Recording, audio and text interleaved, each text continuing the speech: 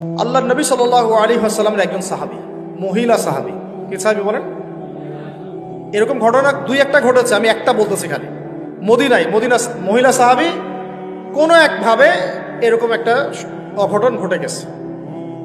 মানুষ তো হতে পারে, কি মানুষ তো পাপ করবে, তাই না? হতে পারে। এখন তিনি গর্ভবতী হয়ে গেছেন। নবী সাল্লাল্লাহু আলাইহি ওয়াসাল্লামের কাছে এসে বলছেন, ইয়া রাসূলুল্লাহ তাহহিরনি, আমাকে পবিত্র করেন, আমি অনেক বড় অন্যায় করে ফেলেছি। নবী সাল্লাল্লাহু আলাইহি ওয়াসাল্লাম মুখ ঘুরিয়ে নেন, মুখ ঘুরিয়ে নিয়ে বলেন যে বাসায় যাও, তওবা করো, আল্লাহ মাফ করে দেবে। নবীজি শুনতে চাচ্ছেন না, কারণ শুনলে কোর্টে মামলা আসলে তো বিচার করতে হবে। তিনি বলছেন যে বাসায় যাও, বাসায় যা মাফ, আল্লাহর কাছে ইস্তেগফার করো, আল্লাহ মাফ করে দিবেন। আবার এদিক দিয়ে ঘুরে আস, ইয়া রাসূলুল্লাহ আমাকে পবিত্র করেন, আমি অন্যায় করে ফেলেছি। এভাবে কয়েক দফার পরে নবীজি বলছেন, তুমি কি অন্যায় করেছো? এমন কোন কাজ কি তুমি করেছো? সুরমা দানিতে সুরমা নেয়ার সময় আমরা যেভাবে নেই, এরকম কোন কাজকে তুমি করেছো?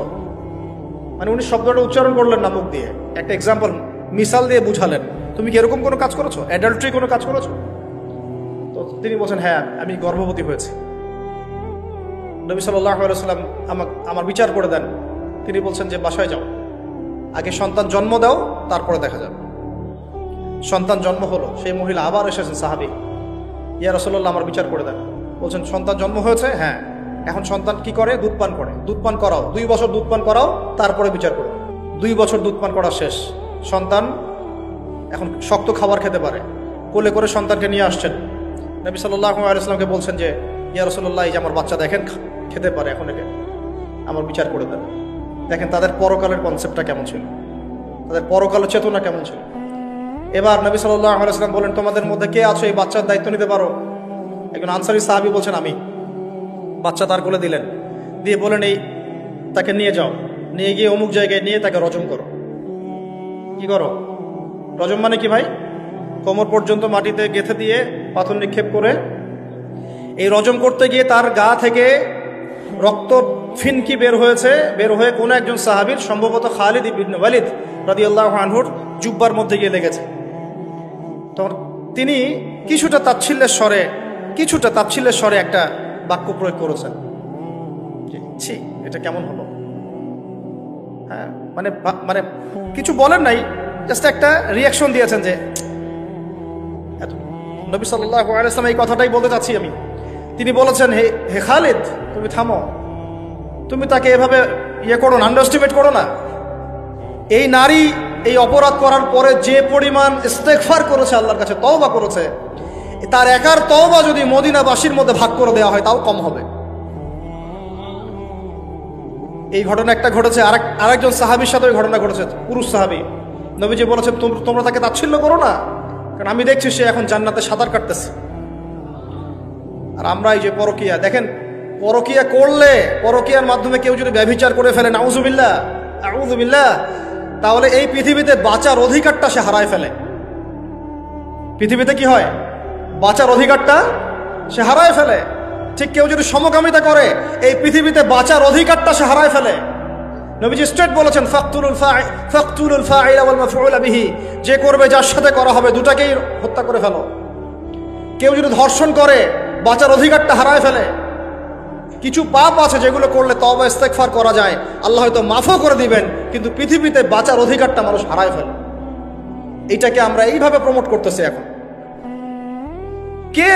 কে এগুলো নিয়ে ফিকির করে? এখন মনে করে যেটা তো আধুনিকতা। অনেকে ওয়াইফ, একটা শব্দ আছে ওয়াইফ সুইপিং, একজনের ওয়াইফকে আরেকজনকে দিবে, ওর ওয়াইফকে সে নিবে, রাত কাটাবে। নাউযুবিল্লাহ, এটা পশ্চিমা সভ্যতা থেকে আসতেছে, জানেন?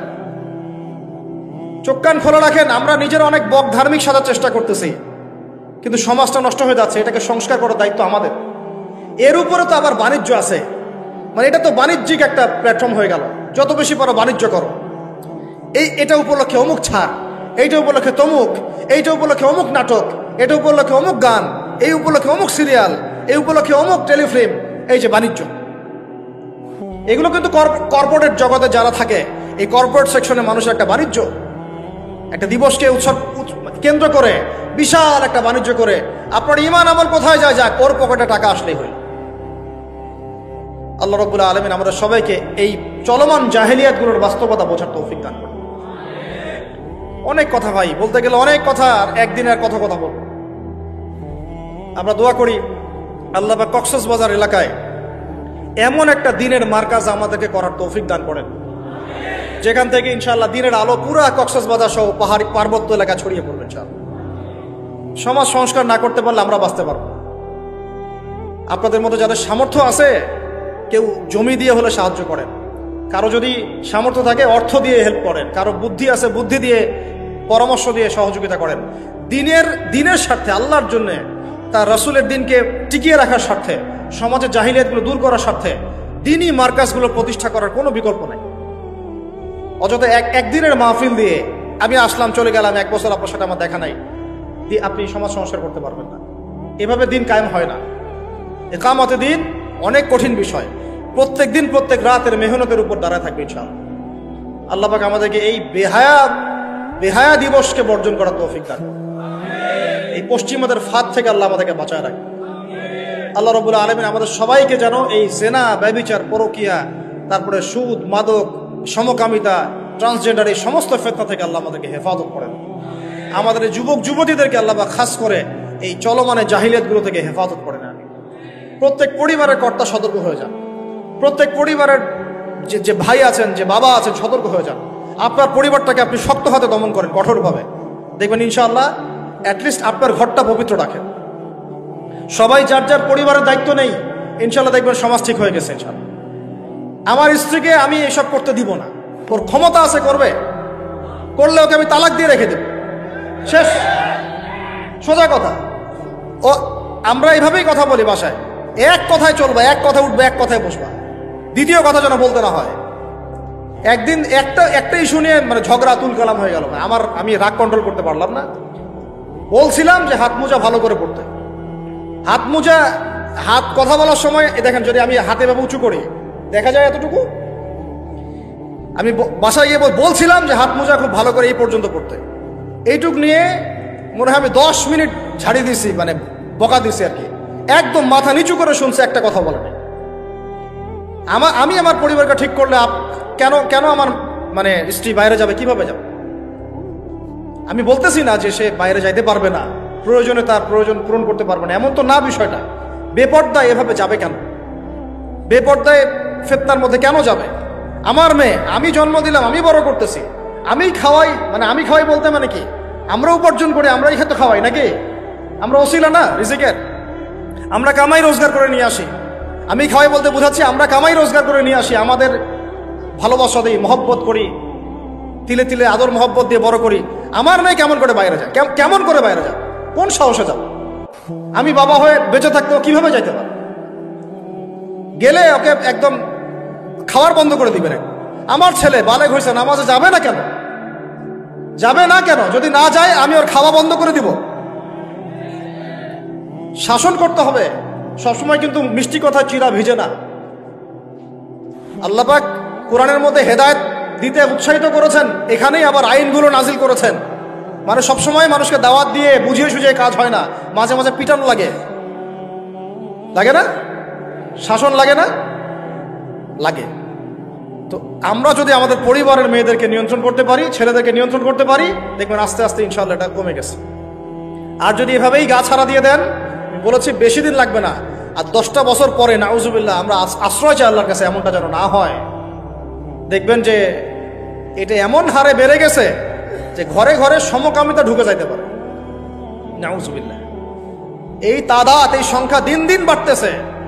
আপনাদের শহরে, আপনাদের এই অনেক এই যে এখানে আমি অনেক মাহফিল করেছি, অনেকেই আমাকে চিরকুট দিয়েছিলেন যে ভাই এখানে সমকামিতা বেড়ে যাচ্ছে, এই বিষয়ে কিছু বললেন। চিন্তা করেন, ভিতরে ভিতরে এগুলো চলতেছে, হোটেলে হোটেলে চলতেছে। আপনারা ভালো মানুষে যে বসে থাকলে হবে না। এত ভালো মানুষ হতে আল্লাহ পাক বলেন নাই। আল্লাহ পাক বলেছেন সৎ কাজে আদেশ করো, অসৎ কাজে কি করো?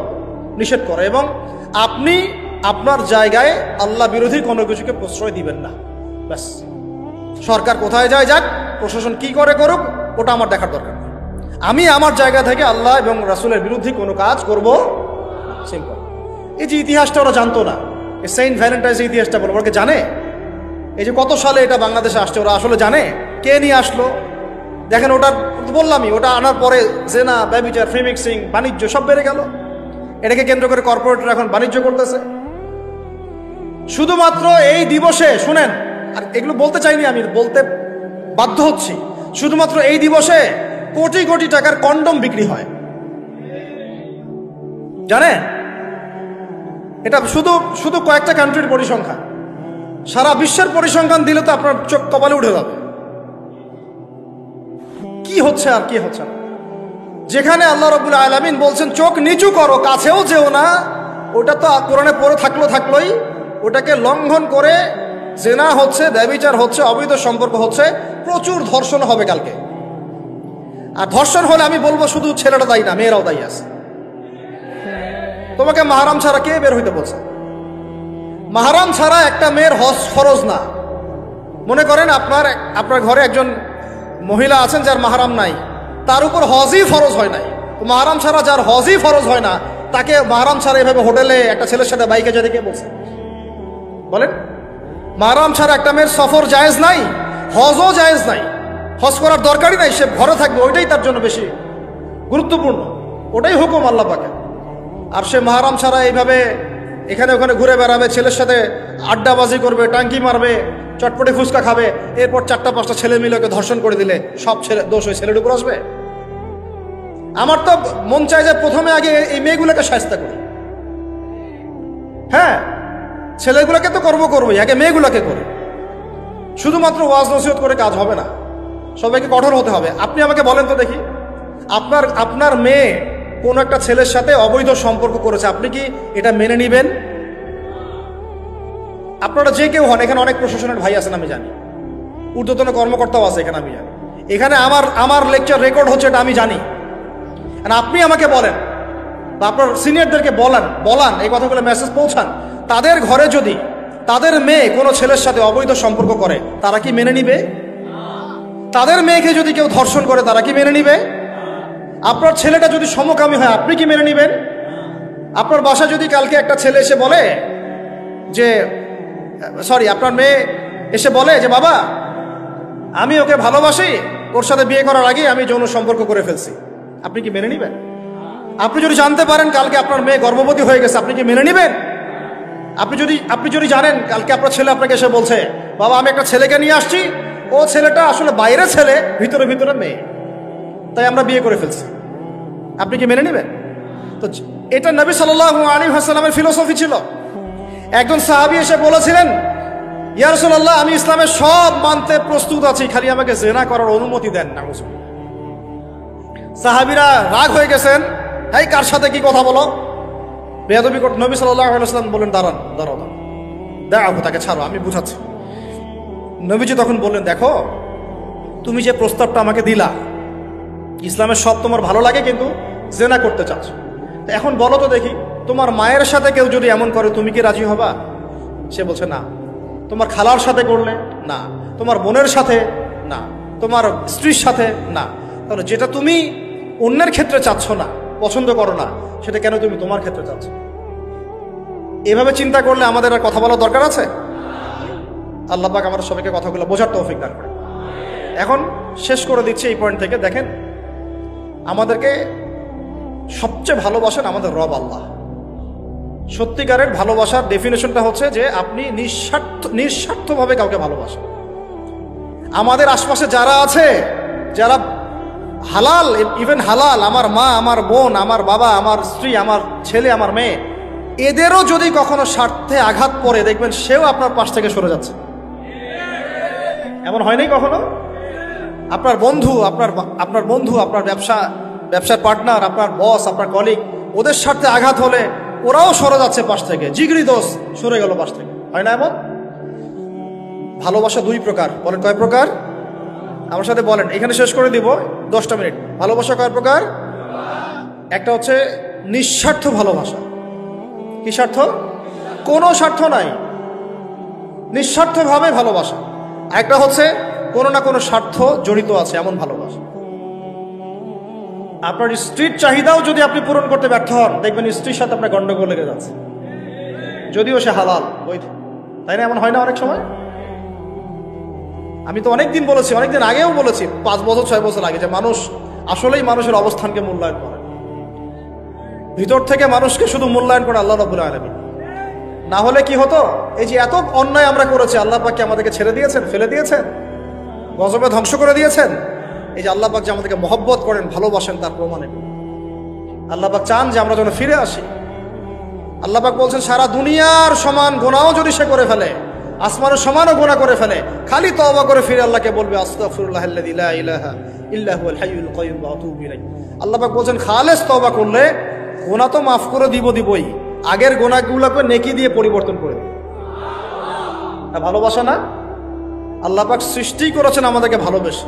কোরআন খোলেন, সূরা সদ পড়েন, সূরা সদের মধ্যে দেখবেন আল্লাহ বলছেন খালাকতু বিয়াদি মা মানাআকা আল্লা তাসজুদা খালাকতু বিয়াদাই, মানে তুমি ইবলিস কেন তাকে সিজদা করলা না যাকে আমি নিজ হাতে সৃষ্টি করেছি। এটা মহব্বতের বহিঃপ্রকাশ না? আল্লাহ আমাদেরকে নিজ হাতে সৃষ্টি করেছেন। আল্লাহ পাকের হাত কেমন এটা আমরা ব্যাখ্যা করতে যাব না, হাতের অর্থ কি সেটাও ব্যাখ্যা করার, তাউইল করার দরকার নাই। কোরআনে আসছে যেভাবে সেভাবে আমরা ঈমান রাখবো, ঠিক আছে ভাই? এখানে আবার অনেকে অনেক তালগোল পাকায় ফেলে এবং বিভ্রান্ত হয়ে যায়, এদিকে যাওয়ার দরকার নাই। এখানে বোঝানো হচ্ছে আল্লাহ রাব্বুল আলামিন আমাদেরকে মহব্বত করে সৃষ্টি করেছে। এই পুরো সৃষ্টি জগৎটাই তো আল্লাহর মহব্বতের বহিঃপ্রকাশ। সবকিছু এত নিপুণভাবে চলতেছে, এটা মহব্বতের বহিঃপ্রকাশ না? আমি আপনাদেরকে নিয়ে যদি কোনোদিন কক্সবাজারের সৈকতে তারা দেখাতে পারতাম, তাহলে আমি বুঝাইতে পারতাম আপনাদেরকে যে এই মহাবিশ্বটা ঠিকই আছে কিভাবে। তারার মধ্যে একটা গাণিতিক ক্যালকুলেশন আছে যেটা সবাই জানে না, যারা একটু অ্যাস্ট্রোনমি নিয়ে পড়াশোনা করেছে তারা জানে।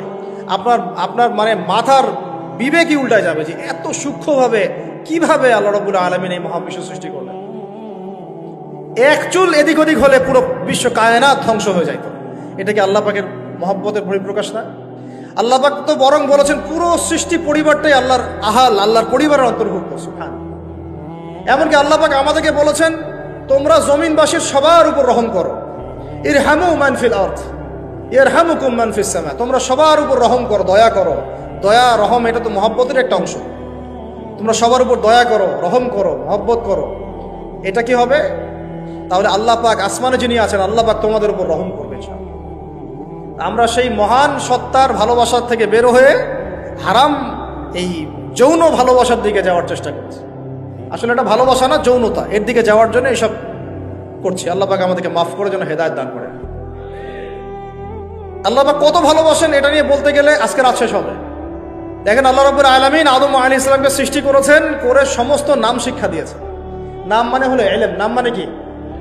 ভালো না বাসলে আল্লাহ পাক কাউকে সবচেয়ে সেরা কিছু দান করেন। সূরা ৩ আল্লাহ পাক কি বলেছেন? ওয়া তিন ওয়া যাইতুন, এগুলো শপথ করে লাকাদ খালাকনাল ইনসানা ফি আহসানি তাকওয়িম, মানুষকে সবচেয়ে শ্রেষ্ঠ কাঠামো আল্লাহ পাক দিয়েছেন, দেন নাই? তো কাউকে যদি মহব্বত না করা হয় তাকে আপনি সবচেয়ে সেরাটা কি দিতে পারবেন? আল্লাহ পাক আমাদেরকে মহব্বত করেন, ভালোবাসেন, এবং আল্লাহ চান আমরাও যেন তাকে মহব্বত করি, তাকে ভালোবাসি। এবং আমরা যদি কাউকে ভালোবাসি আল্লাহর জন্য ভালোবাসবো, কাউকে ঘৃণা করি আল্লাহর জন্য ঘৃণা করি। মহব্বত আল্লাহর জন্য, ঘৃণাও কার জন্য? আল্লাহর জন্য। আল্লাহ পাক সমস্ত ইলম শিক্ষা দিলেন, এটা কি ভালোবাসার বহিঃপ্রকাশ না? নূহ আলাইহিস সালামের কওম দীর্ঘদিন আল্লাহর কথা শুনে না, আল্লাহ পাক সবর করলেন, ধৈর্য ধরলেন, গজব দিলেন না, শেষ পর্যায়ে গিয়ে আযাব দিয়েছেন। এই যে আল্লাহ পাক সুযোগ দেন, সময় দেন, এটা কি আল্লাহ পাকের ভালোবাসা, দয়া না? এরকম প্রত্যেকটা কওমের ক্ষেত্রে হয়েছে। আমি তো ফিল করলাম এই ভালোবাসা নিয়ে ঘাটাঘাটি করতে গিয়ে যে আসলে আল্লাহ পাক যে আমাদেরকে সবচেয়ে বেশি মহব্বত করেন তার সবচেয়ে বড় নিদর্শন কি জানেন? আমাদের কাছে আল্লাহ রাব্বুল আলামিন আল কোরআনের মতো কিতাব নাজিল করেছেন, আর আমাদেরকে আল্লাহ পাক নবী মুহাম্মদ সাল্লাল্লাহু আলাইহি ওয়াসাল্লামের উম্মত বানাইছেন। আল্লাহ পাক যে নবী মুহাম্মদ সাল্লাল্লাহু আলাইহি ওয়াসাল্লামকে এই দুনিয়াতে পাঠিয়েছেন না, এটাই সবচেয়ে বড় মহব্বত, সবচেয়ে বড় রহমত। কারণ তার সুন্নতে এমন কিছু নাই যেটা আপনি খুঁজে পাবেন না। আর তিনি আমাদেরকে যে মহব্বত করতেন, মুহাম্মদ সাল্লাল্লাহু আলাইহি ওয়াসাল্লাম আমাদেরকে যে মহব্বত করতেন, তিনি আমাদেরকে বলতেন যে আমরা তার ভাই। আমরা তার কি ভাই? মানে কি মায়ের পেটের ভাই? এটা বোঝানো হয় না। একটা হাদিসে তিনি বলেছেন আমি তো পিতৃতুল্য, তার মানে কি সত্যি সত্যি বাবা সন্তানের সম্পর্ক? রুহানি পিতা। তিনি কি ইমাম নন? তিনি ইমাম, তিনি নেতা, তিনি আমাদের শিক্ষক।